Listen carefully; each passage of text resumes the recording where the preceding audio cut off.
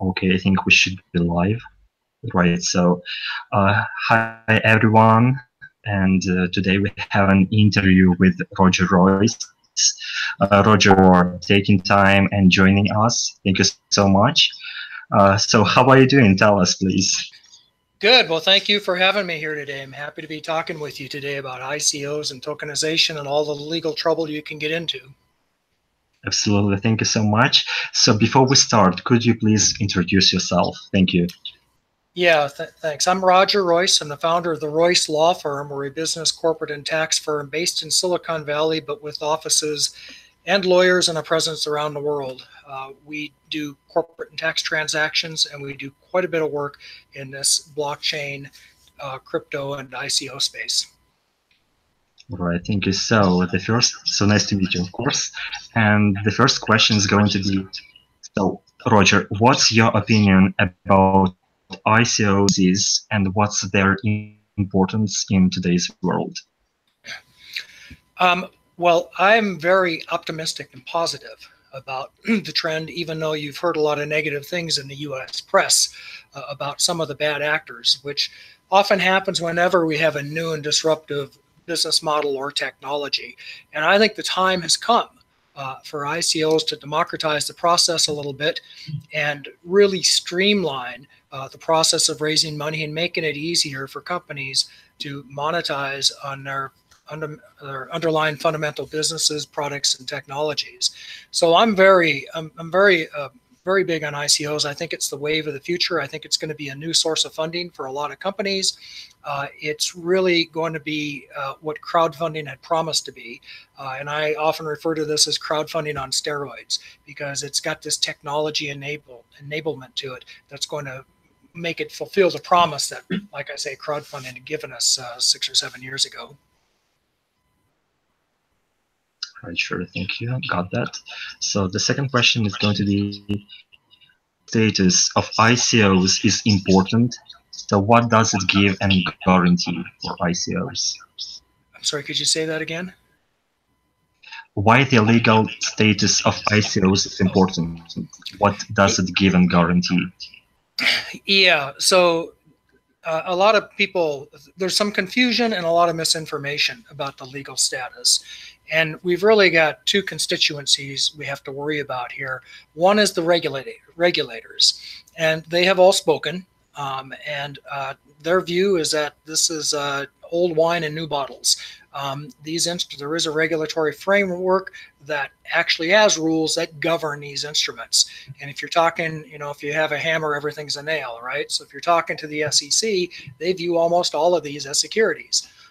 And if you manage to have something that is pure utility and is not a security and not subject to securities regulation, then you have to worry about FINRA regulating these instruments as currency, which is way worse, by the way, in terms of compliance obligations.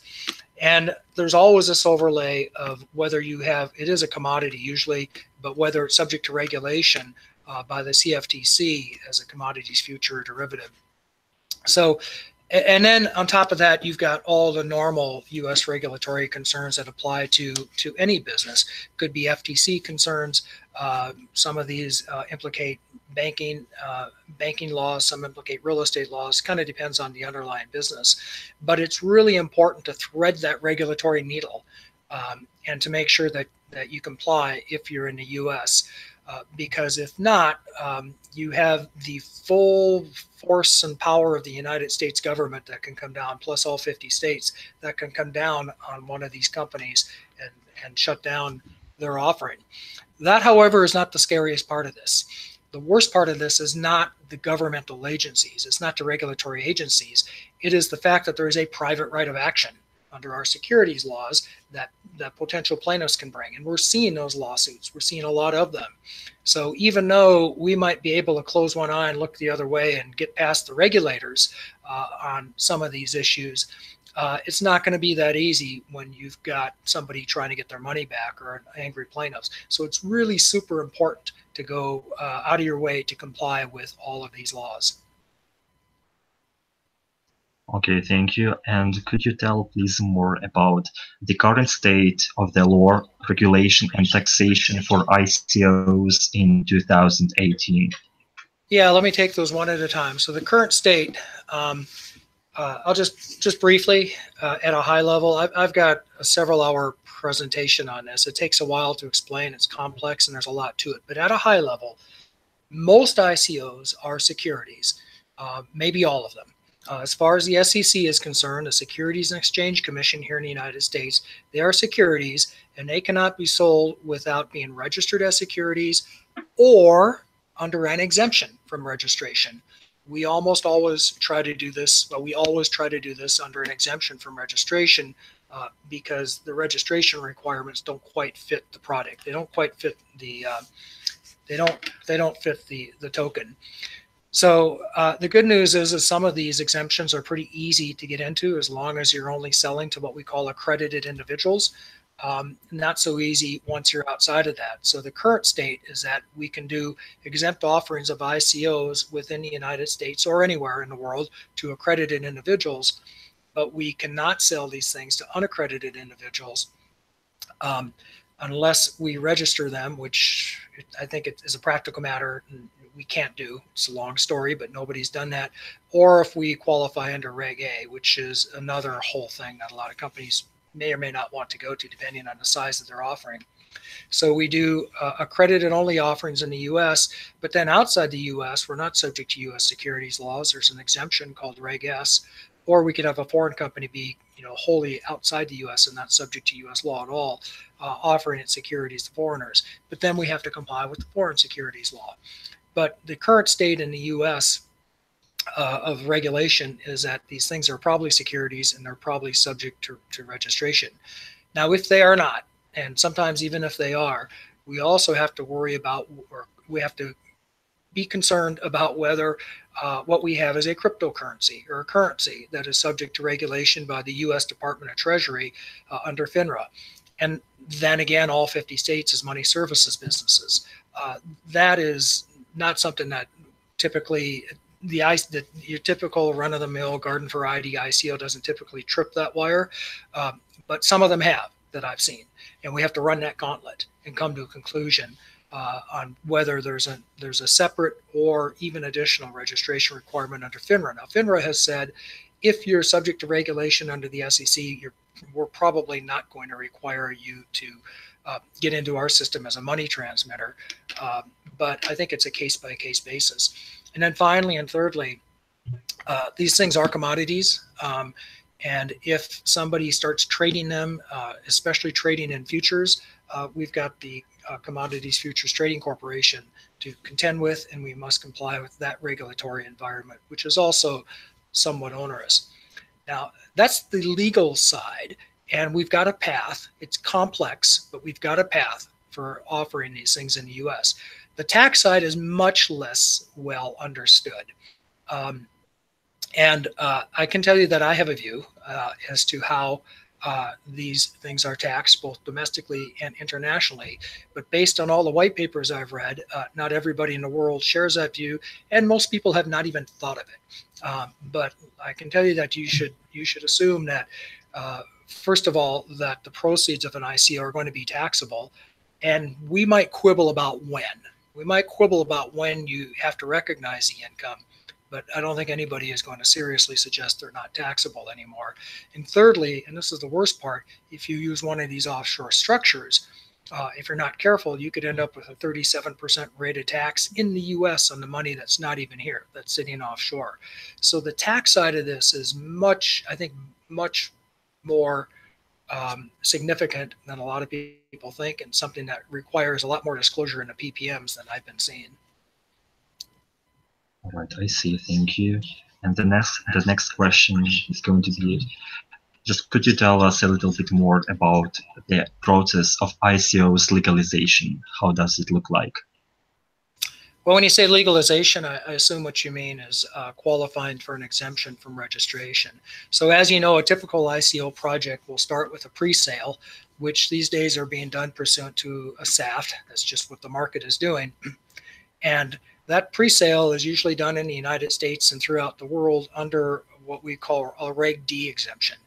And what that means is that it's being sold or offered only to accredited investors. And accredited means that someone who passes a net worth or a net income requirement. A net worth is more than $1 million net worth, excluding personal residence.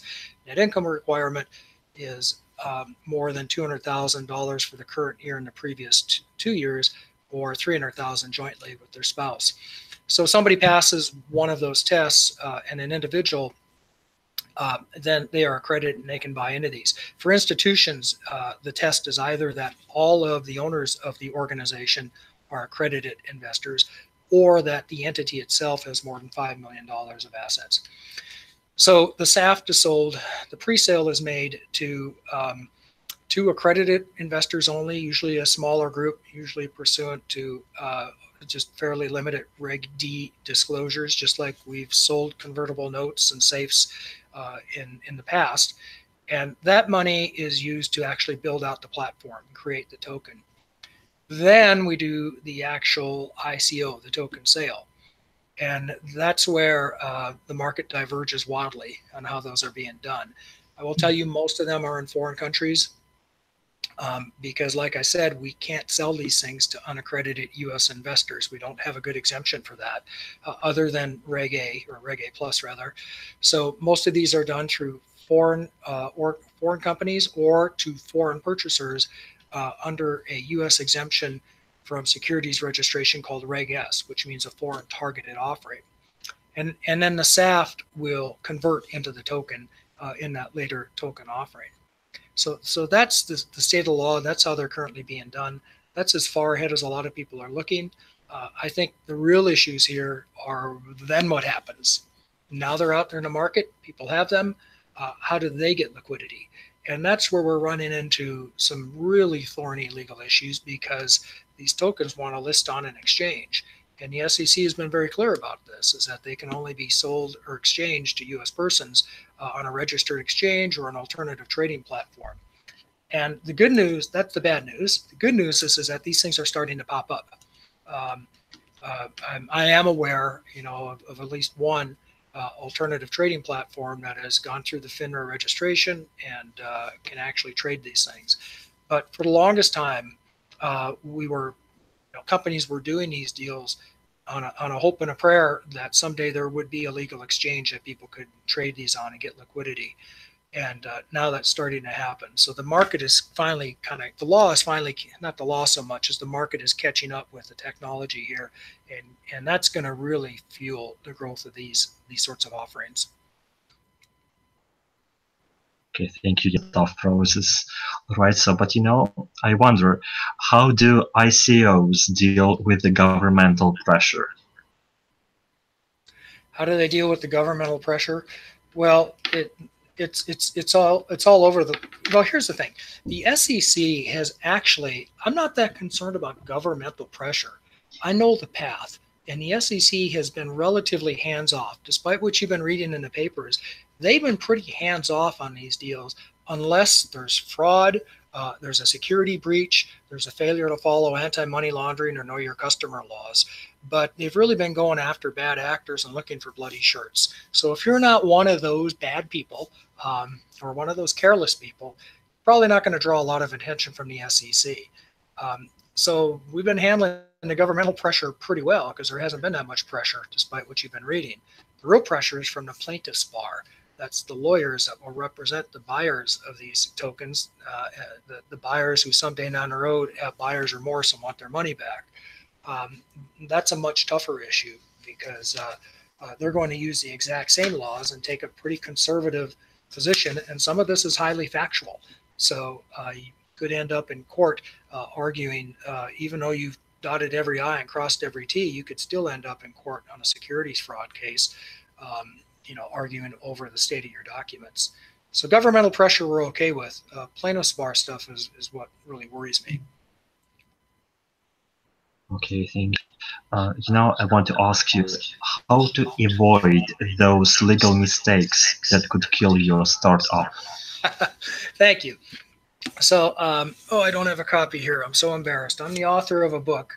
It's called Dead on Arrival: How to Avoid the Mistakes That Could Kill Your Startup. I wrote it quite a few years ago, and I'm in the process of writing an update that's a little bit more positively titled. But the thesis of the book is I personally have been practicing for a long time, more than 30 years, and I practice all over the country. I've been in the oil fields of North Dakota. I've been in Hollywood representing talent as well as studios. I've been in New York City on Wall Street representing investment bankers, and most recently here in Silicon Valley representing tech companies. I've worked with companies from all over the world who come into the US. And one thing I've noticed over those years is that different companies, different industries, different geographies, different whatever, same problems. People make the same mistakes. So I wrote a book about it. So here are the top mistakes I see startups make, because it's a really, it just kills me to see a company. I see so many startup companies, and I know how hard it is to get the right team in place, to get the right product, hit the market at the right time, um, to get all of the business stuff and the technology stuff right, and then to crater because of some legal issue, because those are 100% avoidable. And the point of the book is to alert people to what are the issues that come up again and again and again that they should avoid, that could really stop them from being successful. And also, it's because people really need to educate themselves. Your lawyer is not going to tell you this stuff unless you ask the right questions. And that's the other problem. I see when I look at startups, especially the more mature ones, is they might have been doing something wrong for years and years and years. Maybe you can fix it, maybe you can't. But when I ask, well, gee, why weren't you advised on this? It's because we never ask anybody. So people need to understand what the legal environment looks like at a high level, so you can at least ask your lawyer to look into the right issues. Okay, thank you. We will definitely recommend your book to the audience. So, all right. And the next question is going to be about the South Korea. So, why South Korea is afraid to legalize ICOs, and how does it influence the global market? Well, it's not affecting my ICO practice at all. I know it's affecting the cryptocurrency markets. I mean, I hold Bitcoin too, so I see what it does every day. Every time there's one announcement, one way or the other. But there are governments, of course, who are quite afraid of cryptocurrency and what blockchain is going to do in terms of removing them from the process, from the trust verification process. And some of those fears are based on, I think, maybe fairly remote scenarios, and might overplay some of the dangers. But like any new technology, you're going to have resistance, you're going to have fear mongering. But in some places, it's enough. The government has enough power where they're going to do everything they can to stop it. And South Korea is one example. I think it's a futile gesture. I don't think you're going to be able to stop cryptocurrency. You're not going to be able to stop ICOs. You're not going to be able to stop blockchain technology any more than countries were able to stop the internet. This is something, the time has come, and it's going to march forward. And it might take a little while convincing regulators and governmental agencies that this is inevitable. Right. And how do you see the future of ICOs? Well, I'm already seeing the future because I'm seeing a shakeout. I'm seeing much higher quality deals rising to the top now. The success rate for ICOs is comparable to startups in terms of whether those companies can return their investment to investors. And it's gotten to the point now where the companies I'm seeing that are wanting to do this tend to be a little more well-informed. The market is a little more mature. We have many more advisors like yourselves out there that can help these companies and can weed out the ones that really are not a good fit for tokenization, but can advance the companies that are. So I think the future is very bright. We're going to see this market gel, and I think the U.S. Is well on its way to putting in place a regulatory regime that can accommodate this new instrument.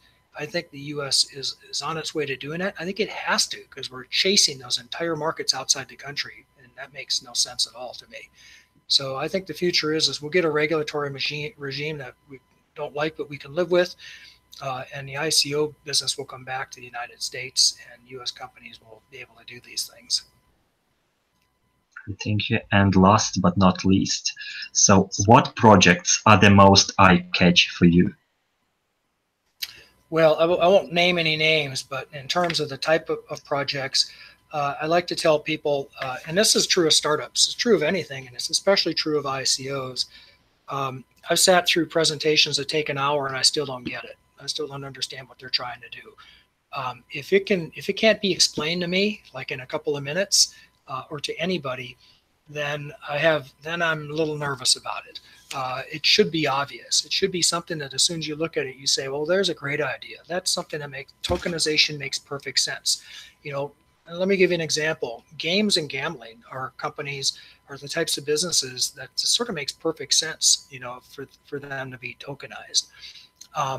And there are, when the law catches up, you know, securities and investment probably makes sense as well.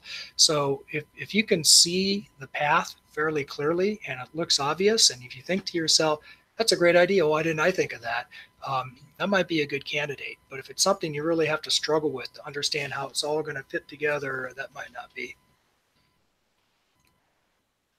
Thank you so much, Roger, for your professional and qualified answers. I hope this interview helps people to clarify some key questions about the legal status for ICOs.